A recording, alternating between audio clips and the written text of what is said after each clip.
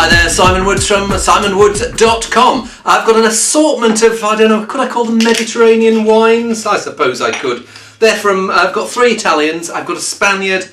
Georgia's actually nowhere near the Mediterranean, so I won't call them Mediterranean wines. Anyway, I'll finish on Georgia. But first, Italy. Poggio Tondo, Toscana Bianco. As far as I know, blend of something like Vermentino, Malvasia and Trebbiano, made by a guy called Alberto Antonini, who's also made one of the other wines that we're going to get to, and I'll do some of his reds in a video coming up soon.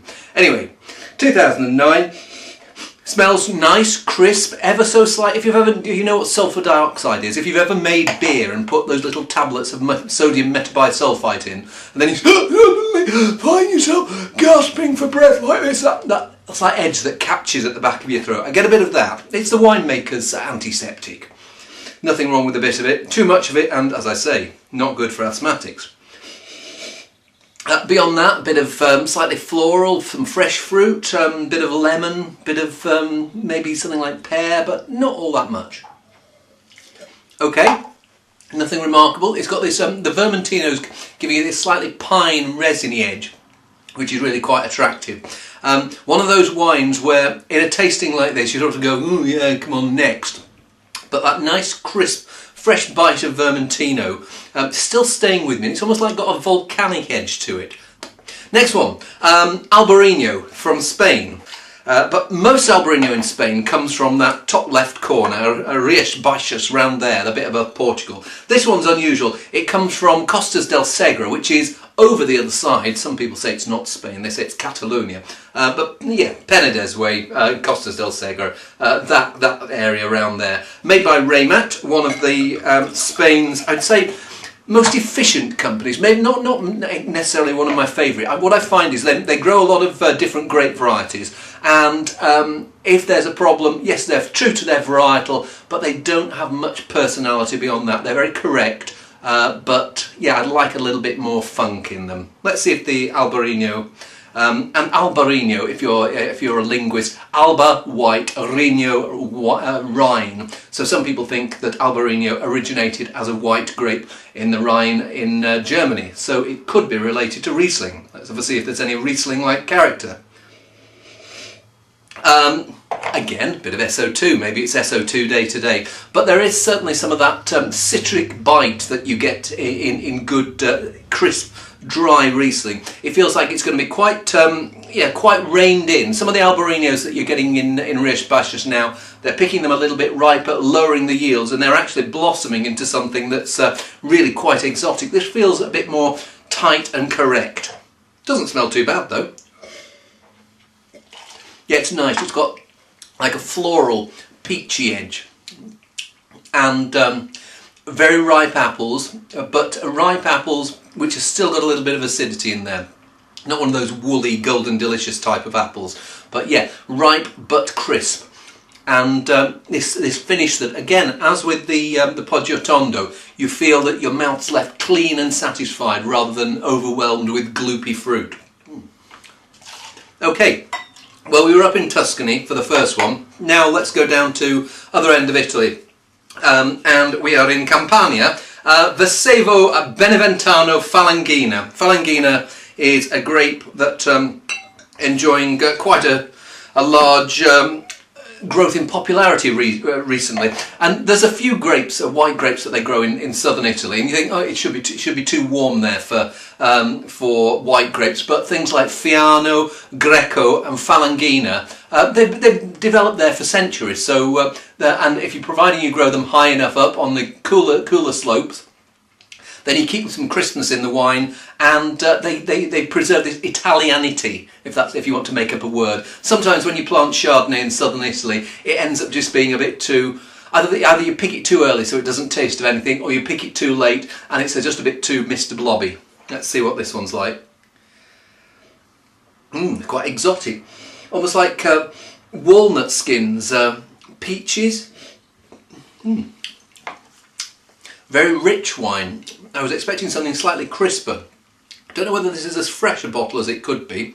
Yeah, you're getting these slightly waxy walnut skin edges coming through.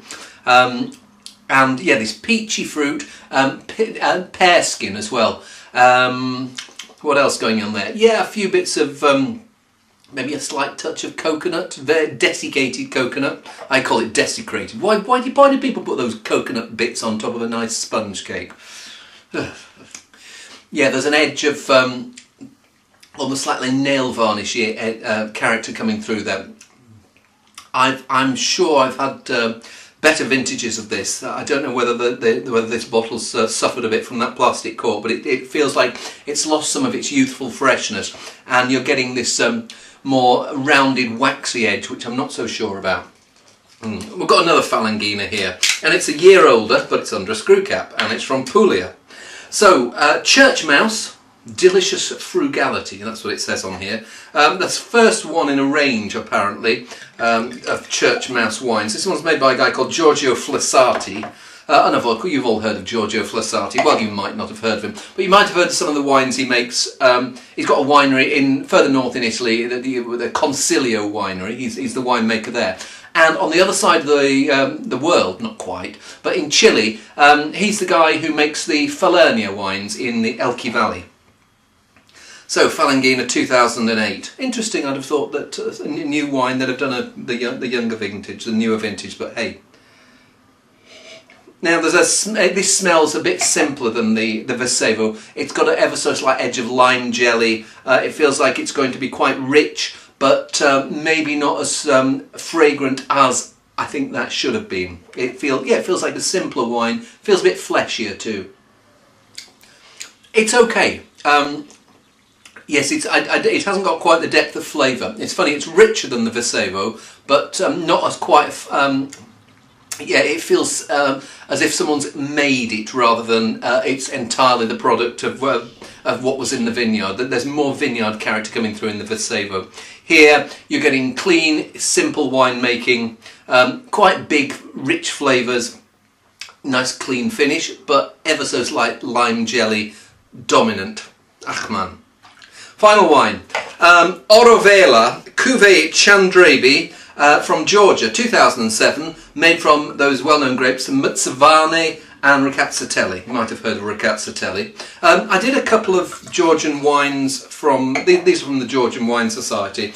I did a couple of whites from them end of last year in a video, and they were 2005 vintage, and one of my comments was they felt just that little bit too, they were on the tired side. And I open this and I look at the colour, and it's got that golden edge of a wine that maybe isn't as fresh as it used to be. Not that that's going to put me off. Let's stick my nose in.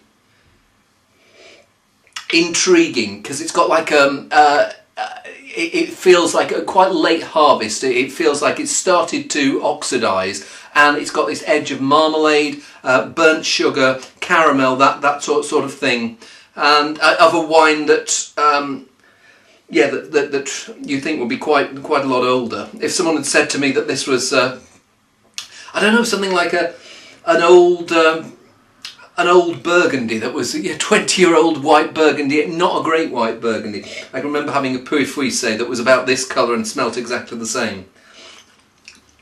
Well, it's got this pleasant honeyed edge.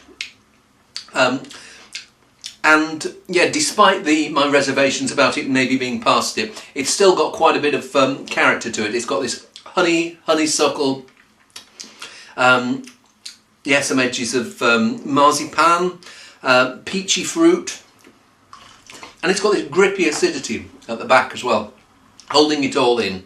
I think that it maybe would have been slightly better when it was a little fresher, but it's holding up. It's holding up nicely. I'll be very intrigued to see what happens to that, because sometimes a wine like that, you leave it open for a couple of hours and it goes, just falls straight over. But sometimes it goes and gets better and better. So I'll keep an eye on that. And hey, 5 wines.